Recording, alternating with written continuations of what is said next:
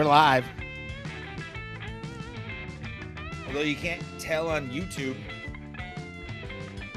we're live. Bro Plata is dead. The Ray Hyclak Show lives. We're here. We're gonna party. I got some good stories, and we will share them. It's an off Sunday. Woke up a little weird today. Felt like something was a little off in the universe, and haven't really been able to pip my finger on it. Oh, I thought I stopped that. All right. That's there.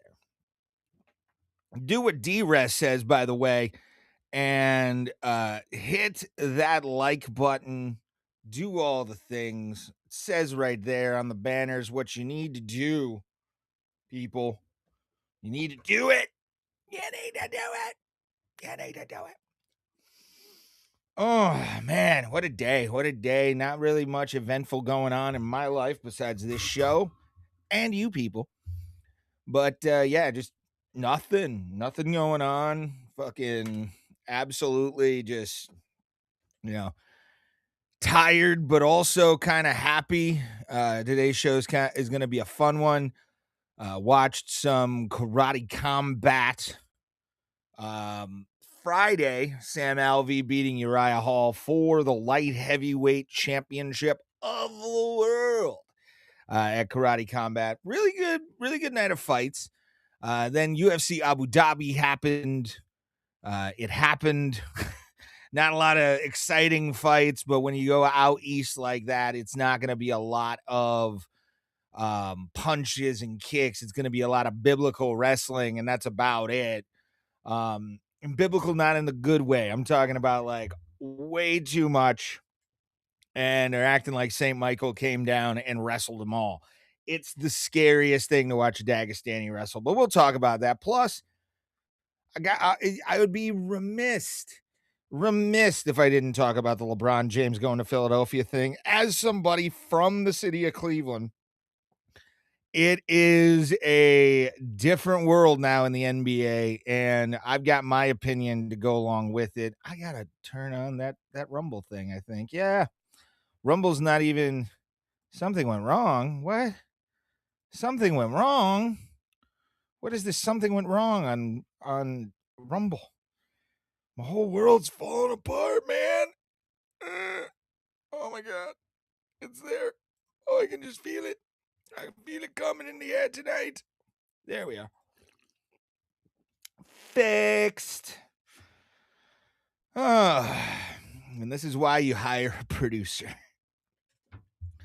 Anyway, guys. Yeah, so we'll get into all that. I do feel like we should talk about the LeBron thing, but I would always suck at my job, which I do, if I didn't play this. Ladies and gentlemen, welcome to the show. Tonight we bring you 3 rings of spectacular entertainment. Yippers, it's what comes across my phone feed, and then I share it to you because there is nobody else who should be tortured with it more than my audience. It's that time of the day, the cavalcade of stories. I'm just going to bring all these things in and end on the UFC because, and the Karate Combat, that'll be like the last thing we do tonight. Because it's that important. What's important right now is the fact that an entire city is going to be the reason a player retires from a sport for the first time ever. Babe Ruth didn't even retire in Boston. Or he retired in Boston, but he didn't let the fans get to him. Didn't let anything get to him. Let's change that real quick. Change it over to the Cavalcade Stories. All right. All righty. Yeah, man. It's... this is a weird scenario, weird thing to talk about, really. Because it's... Let me go into studio mode here. Bring up the... Yeah, there we are. Screen share. Bring that into the fold. Where is it? It's right there. Cool. It's nice and centered. And then we will bring that in. And yeah, LeBron, obviously, we'll bring it up here so you guys can see it. One of the most overrated players in the history of the game. Some people say underrated. I look at LeBron James as a very overrated player because I have a special place in this because I was in 8th grade when LeBron was going to St. Vincent St. Mary's. When he came to the city I was living in at the time and played our guys, it sold the place out. The hype in Northeast Ohio was very, very real for this guy. LeBron James is not only one of the most overrated superstars in the NBA, but I think, to be honest with you, was David Stern's greatest magic trick. David Stern performed a magic trick on this country and on the world that LeBron James was the second coming of Michael fucking Jordan. Okay? Say that also to say that, I mean, it's a ridiculous thing. They had him wearing 23, for fuck's sake. They had him wearing 23 his entire career. Why? Because Nike wanted a new Jordan. Nike wanted a new Jordan. And you got your Jordan, NBA. You got the Jordan you wanted. He flops a lot, but he's not the greatest of all time. He's not. I wouldn't even say Steph Curry's the greatest of all time. That's still Michael Jordan, and it will always be MJ. MJ did things in the NBA that are considered superhuman at times. All right. Super fucking human. LeBron will fucking complain on the sideline for 2 hours during the game and then flop 15 minutes of it while he's playing. It's just, he's never been the superstar that our generation needed in basketball. A guy like Steph Curry, sure, small dude, NBA, or can shoot from the outside fantastically. We have highlights to prove it over and over again.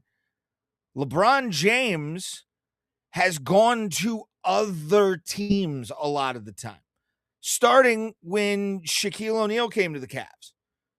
Starting with that, let's go from that moment, because that was also the moment of the decision. That was the year of the first decision. All right. LeBron did not, and I do mean this, did not make his players better. He surrounded himself with great players. That's what we're looking at. That's what we're looking at. It's much like his hairline. We're looking at it fade. All right. We're looking at that shit fade. And there is no way you can tell me this is a good idea. How is this a good idea? Honestly, if you look at this right now, this is going to be worse than Babe Ruth and the Boston Braves. This is going to be worse than what's another old player? Tom Brady going to the Tampa Bay Buccaneers for one more season and losing everything. I know that's the one a lot of people are making the comparison on, but it's not a real fair one. But I will say, like, it's definitely Babe Ruth overstaying his bounds. It's like a boxer in the heavyweight division that will have those opportunities to retire and just doesn't. And he should have after 2016. Honestly, should have retired after 2016. Called it a career. You won a championship in your home area. We're not going to say hometown because he's not from Cleveland. He's from Akron. Okay, that's south of Cleveland. He never grew up in Cleveland proper. St. Vincent St. Mary's is in Cleveland or in Akron, Ohio. So let's just stop with that bullshit right off the bat, because I feel like that needs to be addressed at this point. Two different cities. One's a major city and the other one is Akron, Ohio. Okay? I hate to say that to you, Akron. I love performing stand-up there, but it's not a great town. I think I actually ran track at St. Vincent St. Mary's facility my senior year. I'm pretty sure.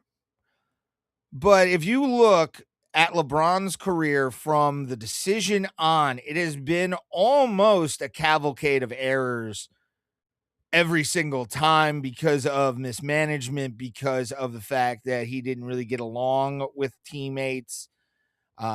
It's been famously documented in LA how bad that's been.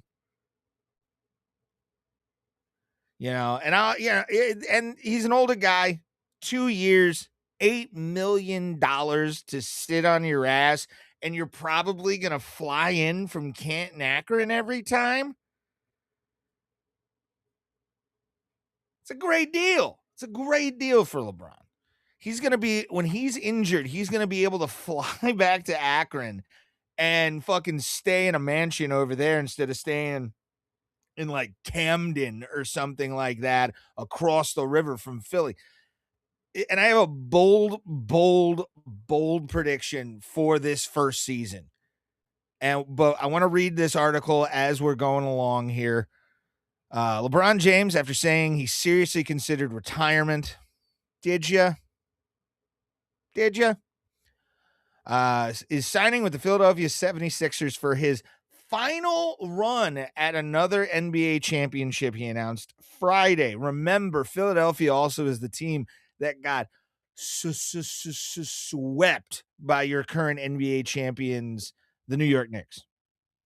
So 4-0, or you get swept 0-4 against the future world champions at the time, and you think LeBron's going to help you. Okay. James is signing. He's 41, by the way. Signing a 2-year, $8 million contract with a player option. His representatives had said James made nearly $53 million.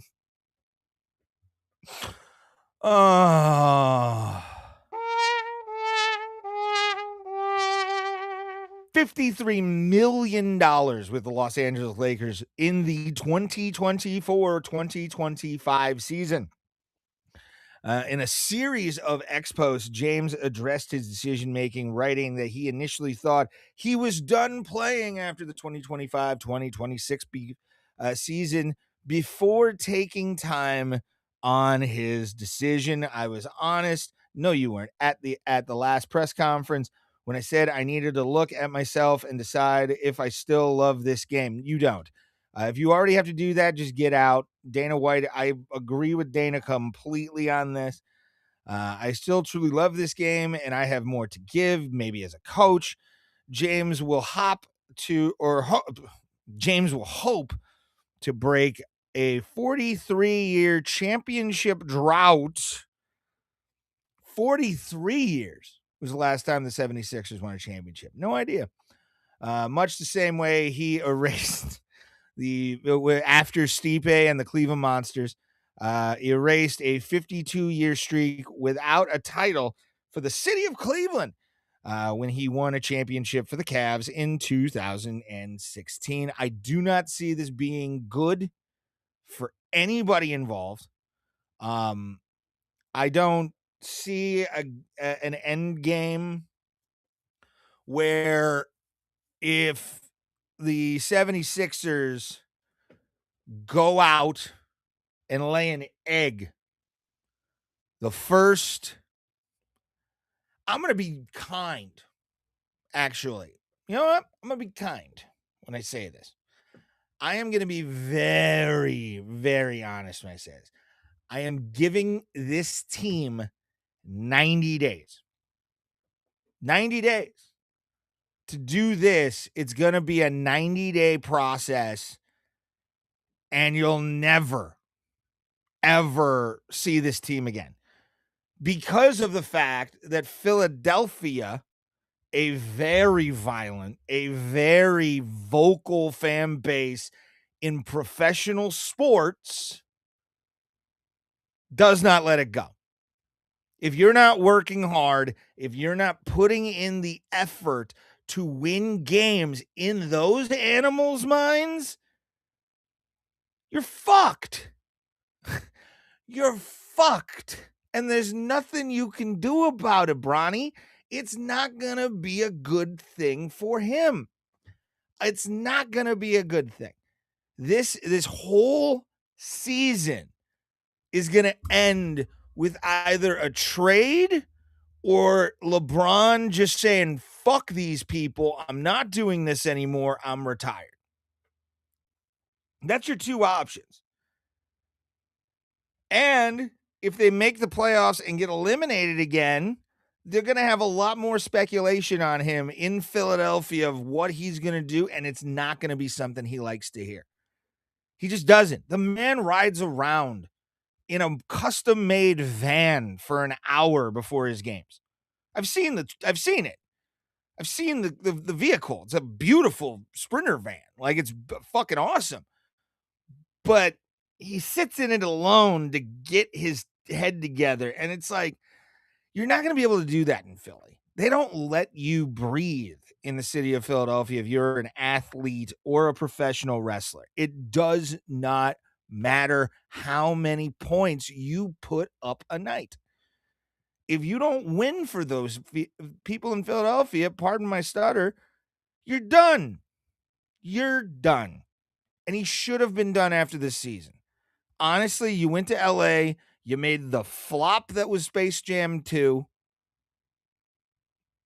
and now you expect people to look at this, a young team in the 76ers. They made it to the conference finals last year, and now you are putting in one of the most disruptive stars in the history of the game. A guy who's had more speculation put on him than anything else and has been proven right a lot of the time in the long term. Plus, I do find it hilarious that one of his basketball teammates is I think the GM of Philadelphia. So they're basically just going to retire bro each other. Like, they're just going to hang out in Philadelphia eating fucking cheesesteaks and, avoiding fans. It's going to be fun to watch that. I'm actually, for the first time in a long time, interested in basketball because of the fact that LeBron James is going to Philadelphia. Why? Why would you do that? It made no sense at the time. It's still, looking back on it, you would have had a better choice in going to Miami than you would have Philadelphia, because it's just not going to work for him. It's not going to work out on any kind of real level. It's just not. It's not in the cards for Braun. I foresee him being nothing but a fucking psychopath there, losing his mind, living in some apartment in Philadelphia or on the outer skirts of town. I'm not familiar with Philadelphia outside of Camden because of Opie and Anthony. I don't know any places in Philly that are South side of, or South Philadelphia is where the ECW bingo hall was. And then, the, what was it? Was it west side of Philly was Fresh Prince of Bel-Air? Pretty sure it was the west part of Philadelphia. Yeah, it was West Philadelphia, born and raised. But watching LeBron in Philly is going to be an interesting time. I don't see it ending well. I saw a lot of guys on Barstool that are Philadelphia fans. I've seen videos from the radio stations in Philadelphia, getting excited for no reason at all. Why? What is so important about this,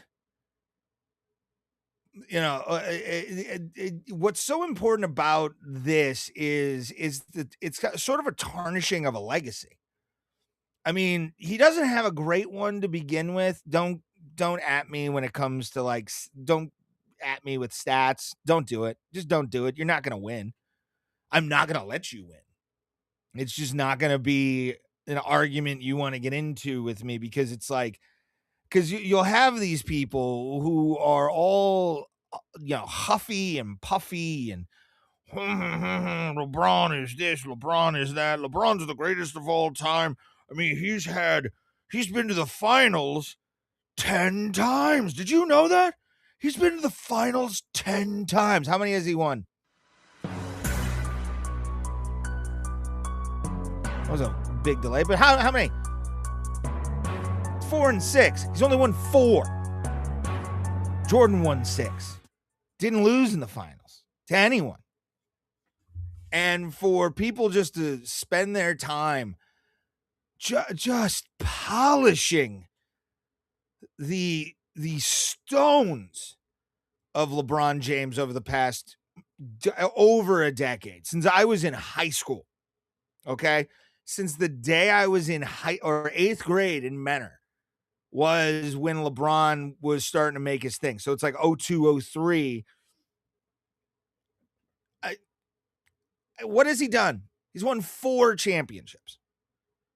How many has Steph Curry won? That's my main question right now. Let's look up Steph Curry number of championships. He's beaten LeBron for almost all of them. He did. He's beaten LeBron for every one of them. Here's the proof. Here's the freaking proof. It's like, look at this. Here's the proof. There it is. 4 NBA championships, and he beat Cleveland for almost all of them, it looks like. Yeah, he beat Cleveland for almost all of them. 3 of them. So 3 of the 6 losses LeBron has to his name are because of this fucking outside shooting legend and the coach. Curry, whatever the coach's name is, the Aryan Brotherhood member,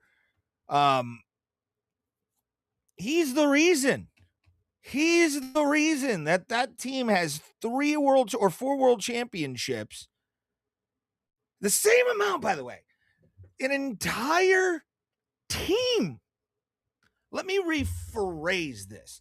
An entire basketball team in the NBA has more off of LeBron than he does any other team in the league, and the same amount.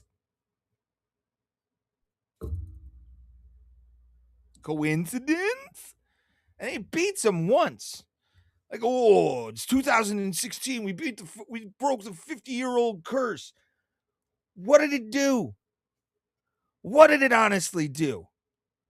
Because I remember a vivid time in my life in 2016, driving around this town, listening to a local sports station, and heard some jackass on the radio say, "Oh, man, I know the Cavs won. I know, but, oh, it would have been great if the Browns won." That's why Cleveland is the way it is. Hate to say it, bro. Like, Aries Spears was partially right. And we get behind really bad heroes, too. I mean, we've had great musicians in this town. We've had all kinds of stuff. Bernie Kosar, need I say more? One of the nicest human beings on planet Earth. And yet people just jock ride LeBron. I don't get it. Don't get it. I don't. I know the majority of this town does not like LeBron, and I love that. But, man, LeBron's legacy, I feel like there's going to be, like, so many layers to that legacy because, who is the guy? I can't. Let me look it up here. I got the video, too. I'll bring it up. There was somebody. What up, D-Man? Good to see you, baby. Oh, boy. I'm just talking to LeBron and how much he sucks. Let me find my vape real quick. I need to hit some nicotine. Oh, yeah. I got to turn that on. Yeah, but like LeBron, let me look up the video I sent myself. Oh, God, people. But yeah, I mean, it's one of those things, dude, where you can't look at LeBron's record and then just ignore how much of an asshole he's been and how much he hasn't really been that good. I have a video, actually. Oh, it's in my save thing. I know where it's at. And in my reels. Oh, God. I suck at this. So I need a producer.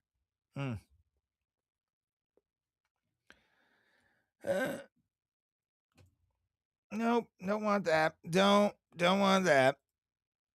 My profile. Where's the saveds?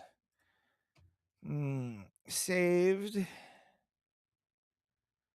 Where is it?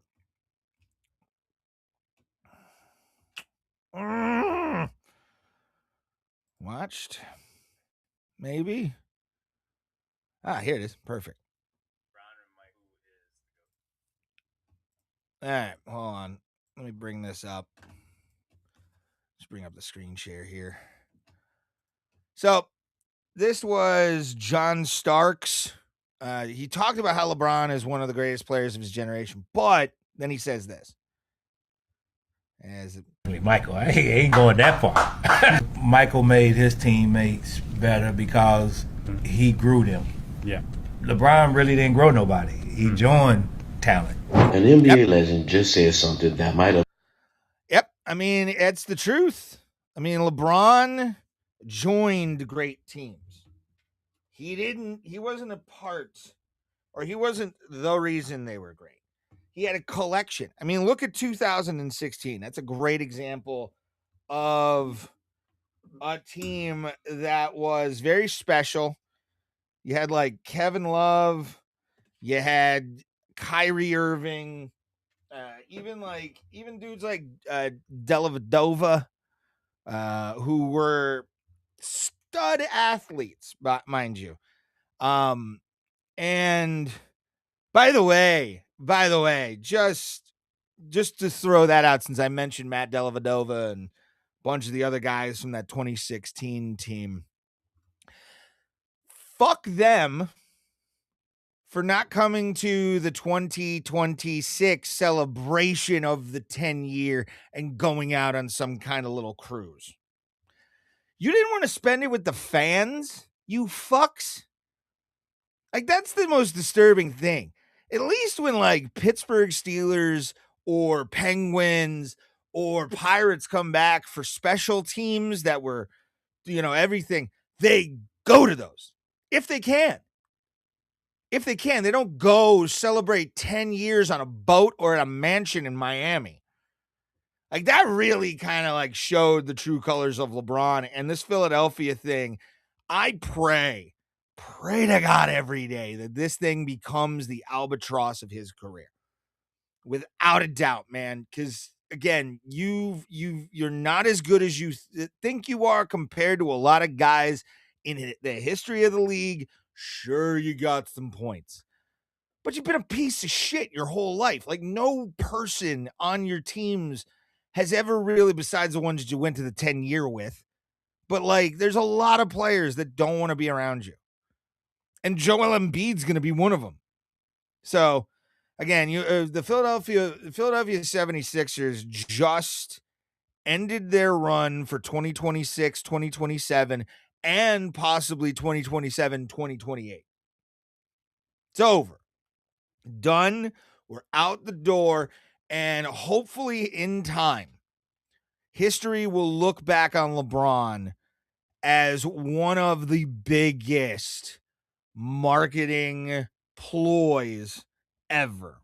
Almost on Ponzi scheme level. Like, there's a lot of people telling a lot of other people about how good LeBron was, and the pyramid got built. It got built, and the NBA and Adam Silver have to deal with the LeBron situation, and they haven't done a good job, and neither did David Stern. So, good luck, LeBron. Good luck. Good luck. Good luck. I'm going to just throw this up here.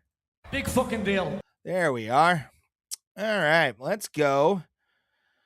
Let's go to, yeah, baby. All right, it's time to talk a little comic book nerd. All right. Yesterday, Marvel had their Hall H promo or presentation. And if you're not familiar with the Hall H presentation, it's the legendary presentation that Marvel Captain Marvel, everybody. What kind of look here? There we are. I don't need that. I don't need Ryan Coogler talking. Thank you. No, I don't need that. Go away, dude. Let me cook. All right. As I'm burping into my microphone. See how that looks, actually. Hold on. I'm checking. I got to do this shit on the fly. All right. Yeah, San Diego. Let's build that up just a hot minute here. There we go. All right. San Diego Marvel Studios used its Comic-Con International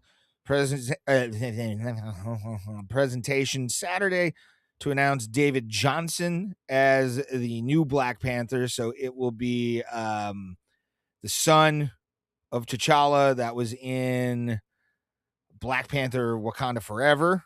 So that's going to be a fun one. The one that I was kind of not impressed with was the Ryan Gosling casting as Ghost Rider. I had seen some news pop up on the internet closer to SDCC, and when I saw that it was like Ryan Gosling really wants to play Ghost Rider, my first thought was like, why?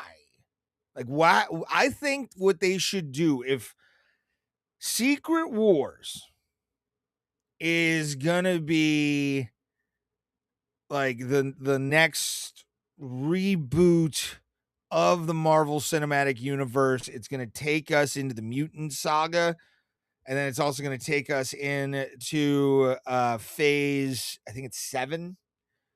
The first movie you're gonna come out with is Ghost Rider with Ryan Gosling.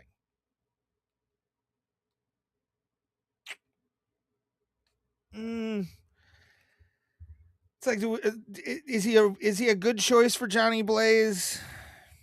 Not really.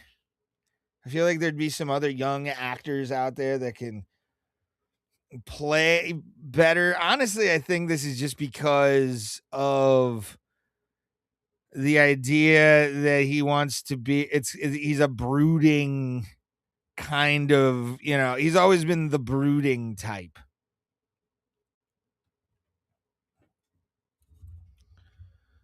All right, let's see if that works. All right. Let's bring that back up, since I think it's just the ticker and shit. Yeah. I sped the ticker up. Would that help? Let's see what the ticker speed.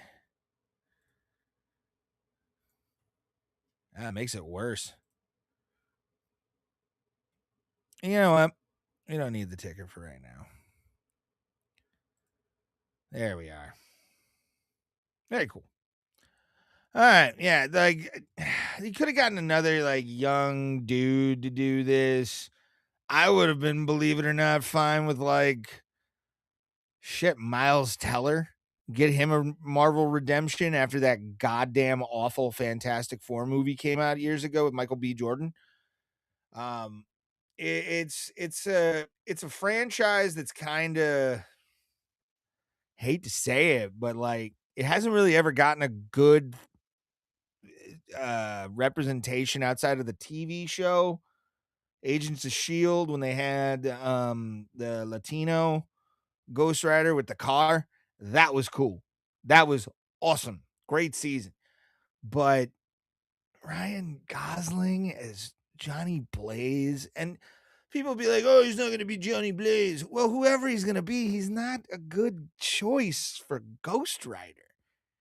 I don't know who would be, but I think like, and also the fact that they're starting off this phase 7, aka the Mutant Saga, with with Ghost Rider. You're not going to open up with like a Jean Grey movie or anything like that. They're just going to, what are we going to do with this? I know they're probably going towards the Midnight Suns, which I'm fine with because I think they're going to do sort of like a, spooky, scary aspect to it, but it's not going to be completely awesome. It's just not. Then what else? Yeah, it was like Savant or Javon or something like that was the name of the kid played the kid the older or the son of T'Challa. It's gonna be interesting, dude, and I'm not as worried as some Marvel fans are. I don't think. I don't think this is going to be a massive death of Marvel Studios, but I think like the Mutant Saga is going to be the culmination or the full circling of the X-Men because Marvel finally owns them and they can do a lot more with them because they have a lot more source material and they can actually pull story elements from every single X-Men, even all the way down to Uncanny X-Men in the 90s. So who knows? I'm pumped for Doomsday. The trailer was pretty sweet before it got taken down. I was able to watch it. Man, this is, I don't know what they're gonna do with Doom. Like I saw him with the Sentinels. I saw him doing all the magic bullshit. But man, I don't see it being like Endgame. I don't see it being like Endgame. Is it? Are they? And also, they announced that they're going to be doing Endgame Encore, and that's going to start it. I think, honestly, Doom is dream walking in a separate body as Tony. That's what I think this whole thing's going to be. It's going to go back to Multiverse of Madness when Doctor Strange jumped into his dead body that he buried in the garden on top of the Sanctum Sanctorum. I think that's going to be sort of the Doom aspect of this. I don't think he's going to put the mask on. I think he's already going to kind of be there and he's going to wake up with the Iron Man suit on. I mean, it also looks like a samurai, which is kind of hilarious. Like the chest piece, the brown chest piece that they have for him.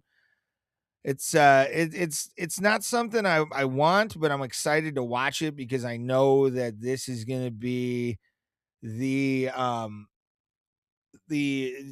probably the best version of Doctor Doom we're ever going to get. And yeah, it's going to be fun. Ryan Reynolds showed up as well. He was in his X-Force suit, which was kind of dope, but all in all, it was sort of a weak showing for Marvel. I wasn't really a fan of that. I wasn't really a fan of a lot of the announcements. We didn't get a lot of things we already didn't know. And for something as big as San Diego Comic-Con, you want to come with a little bit more, you would think, than just a few movies and like a trailer that nobody's really going to be able to see outside of Comic-Con. So it's rough. It's rough. It's a rough hang, dude.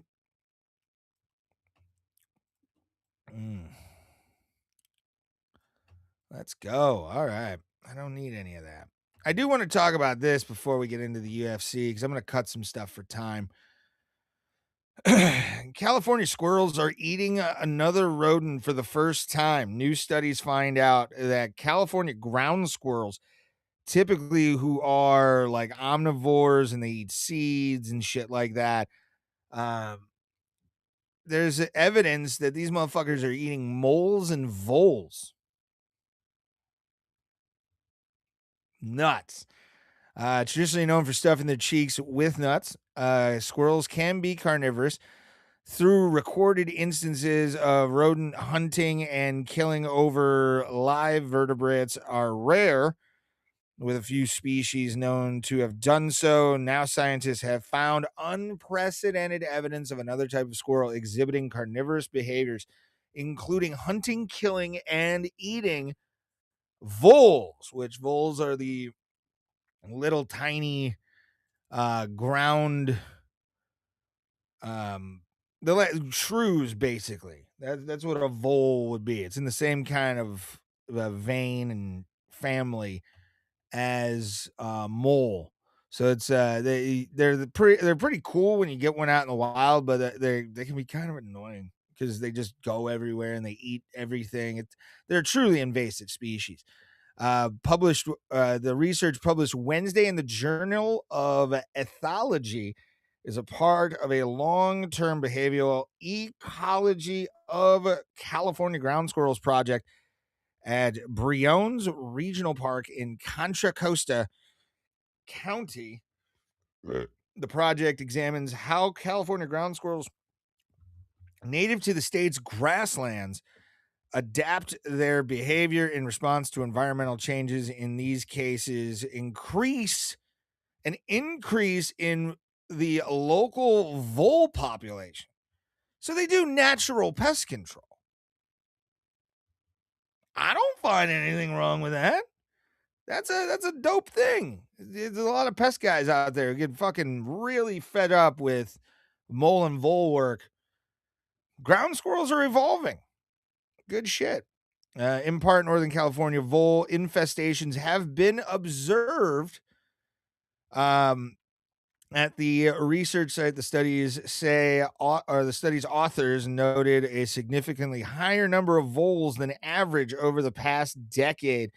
California ground squirrels have typically been considered herbivores or granivores, eating mostly plants and seeds. The new findings offer the documentation the species actively preying on another live vertebrate. Well, they're probably eating the food that the squirrels fucking have. Oh, look, it's a Jack. Thank you, Tommy. Good to see you, baby. Talking about carnivorous squirrels. This research radically changes our perception of squirrels, one of the most familiar mammals in the world.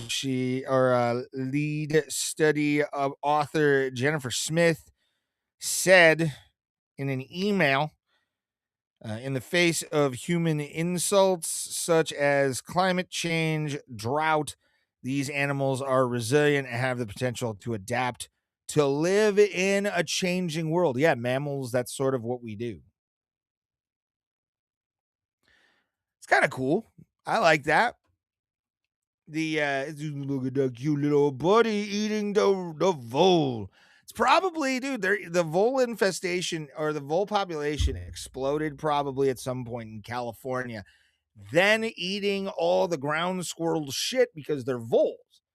They live underground. They're blind by nature. They follow a lot of bullshit, but they eat the same stuff as the ground squirrels. And if there's a higher population, there's going to be some physiological changes because you got to survive. And who knows? It might be a delicacy to these fucking guys. Wouldn't that be hilarious? Like, moles, for some reason, are like the escargot of the squirrel world. Who knew? Who knew? I didn't. I've killed ground squirrels before. They're fun. They're fun to hunt. All right, let's go. Let's go here. Not what I wanted. Not the window I wanted at all. All right, let's go here and let's quickly break down this boring ass main card from UFC Abu Dhabi.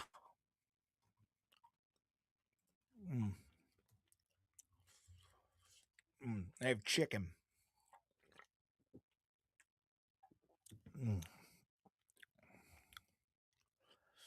That's not working.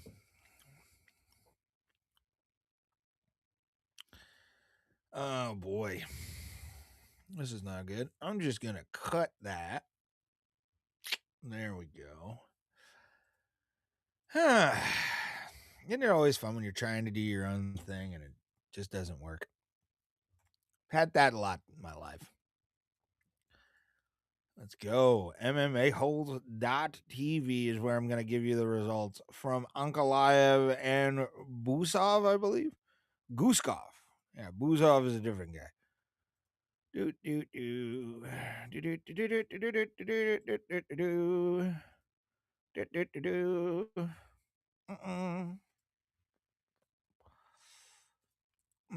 Let's bring that in a little. Okay. So this was just like a wrestle fuck card. No, it wasn't that exciting. There were a few good fights on the entire card. Ankalaev wins again, gets the TKO in the 5th round. Just wore down Guskov. Just wore him down until he finally was able to swarm him with punches. Got him out in the 5th before the judges could give Ankalaev the win because he was winning. Ramazan Temirov KO'd Steve Erceg so bad Steve fell face first. I think it's done for Steve Erceg. He needs to retire. And it's one of those things where it's like, dude, he had a chance and then he fizzled out. That's what it was. Damian Rzepecki lost, making Poland sad. To Magomed Zaynukov. Tyrell Fortune did not have it as he lost to Ramazan Kuniev. That one, Kuniev was pounding away at Tyrell, pounding away at him, man. Did not have good fortune that day. But Saigid to beat or lost to Vagayev. And that was the one I think I came in on. No, I actually came in on Walter Walker's win on the calf slicer. I love calf slicers. I loves me some calf slicers. And I mean, Thomas was fucked. Kuniev, yes. The it's one of those submissions that's so rare. I think it was the second one in UFC history to be pulled off, and it's a Walker that did it, Johnny Walker's little brother. So it's it was wild because he had him in referee's position on the ground, and then he just pulls forward a little bit and he fucking got it. He got it hard, got it good. Hawkeye. Let me take this off. There we go. And I can go another probably about an hour. And we'll go another 15 minutes. What do you say? Because I wanted to talk about karate combat real quick. They had an event in a warehouse in Miami or Florida, wherever the fuck it was. It was somewhere in Florida. Smiling Sam Alvey taking on Uriah Hall for the light heavyweight title.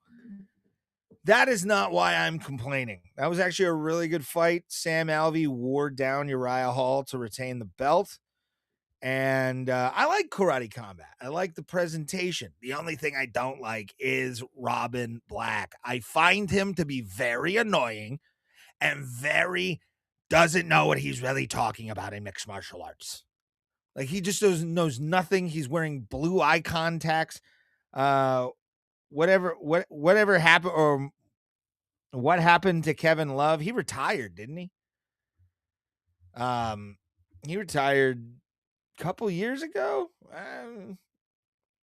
But Yeah, Robin Black is one of the worst people in mixed martial arts to ever be around. He's terrible takes.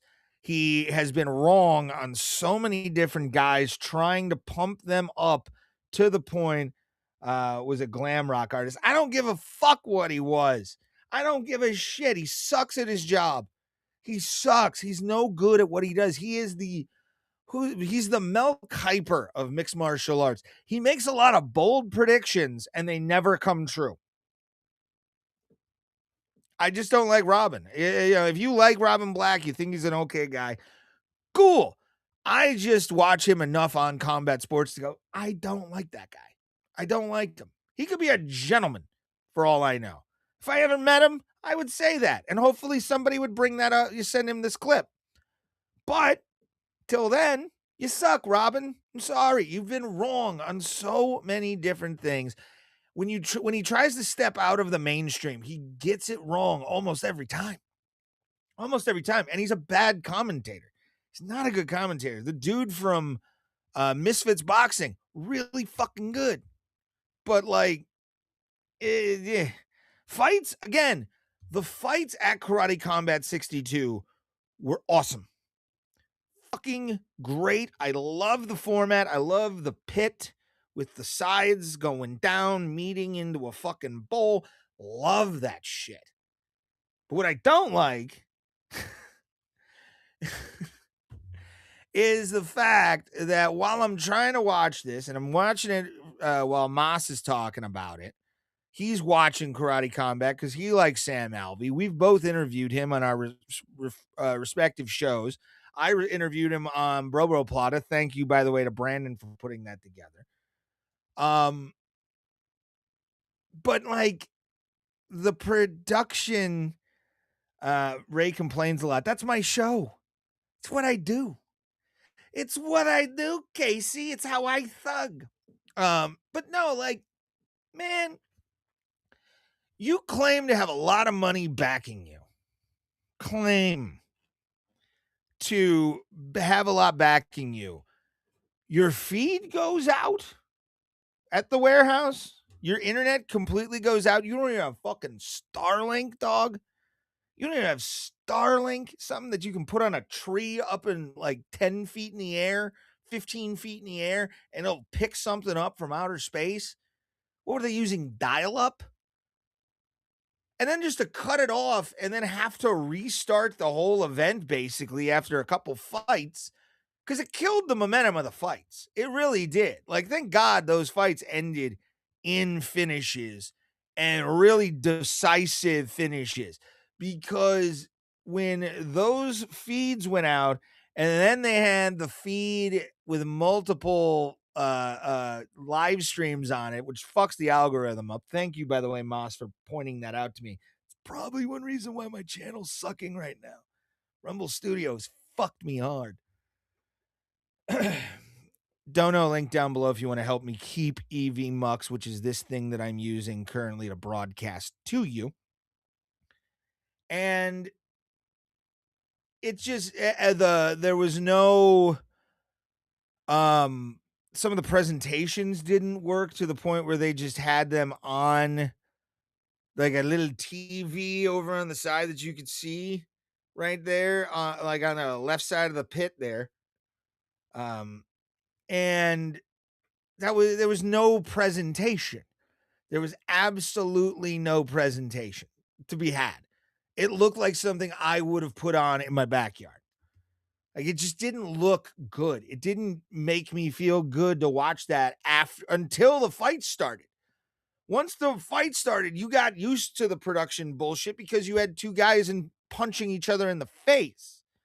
You know what I'm saying? Like, for Karate Combat to boast that they've got a lot of things, I've also heard they're not paying their employees, which isn't good. Like, if you're not paying your fucking employees, how much more time do you think Karate Combat's going to be? I don't see Karate Combat lasting until past 2027 if they're not paying employees to work and do what they got to do. And when they're having piss poor production like they are, it's even worse. It's even way worse. So much worse. because there you can excuse shitty production value if the in-ring product is pretty fucking good. I mean, I've gone to some indie-rific wrestling shows. I have gone to some indie-rific regional MMA promotions that look like shit. But once you actually see the fighters in the cage, nothing else matters but joy and punches and blood and teeth. That's it. That's it. And Karate Combat gives us all of that except for the joy, because it kills the joy before you can have any, and then it's on the fighter to gain that joy back. And it's just a big clusterfuck that whole event was, watching it on YouTube Live. Thank God it was free, because if anybody would have had to pay for that, they would have lost their ass completely. Terrible judgment. You know, it isn't terrible judgment, though.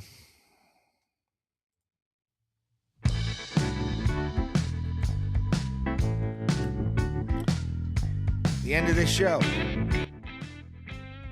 It's always a good idea to end the show when you're fizzling out. Podcasting 101. We made it an hour. I'm going to go drink some beer, eat some chicken from KFC, possibly turn on Gummy Gang. Go check that out. I didn't do this before the episode was over or when it began, but check out Abraham Drinking on Facebook. They've got the Mental Ward. They've got Mornings with Tree on Sundays. All 3 shows, including myself. Sunday, the lineup is awesome. Tomorrow, Abraham Drinking, 6 p.m. on the Facebook channel. Go check it out. Dono links down below if you're watching the show afterwards. Every little cent helps. If you want to send a dime or a penny, I don't care anymore. Just help me out. Let's get this going together. And I appreciate every single one of you. So I got to tell you, if you're feeling bad, you're feeling blue, you're feeling down, one thing you can always think about is the fact that everybody gets bugs. Have a great night, everyone.